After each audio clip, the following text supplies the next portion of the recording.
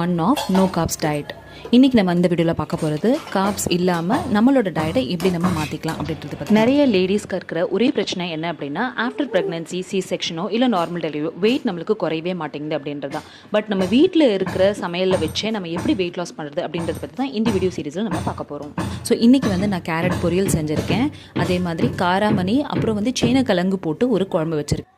இப்போ நம்ம யூஸ்வலாக சாப்பிட்றோம் அப்படின்னு பார்த்தீங்கன்னா, சாப்பாடு நிறைச்சி நம்ம பிளேட்டு நிறைச்சி சாப்பாடு, அதுக்கப்புறமா கொஞ்சமாக காய், அப்புறம் கொஞ்சமாக சைட் டிஷ் வச்சு சாப்பிடுவோம்.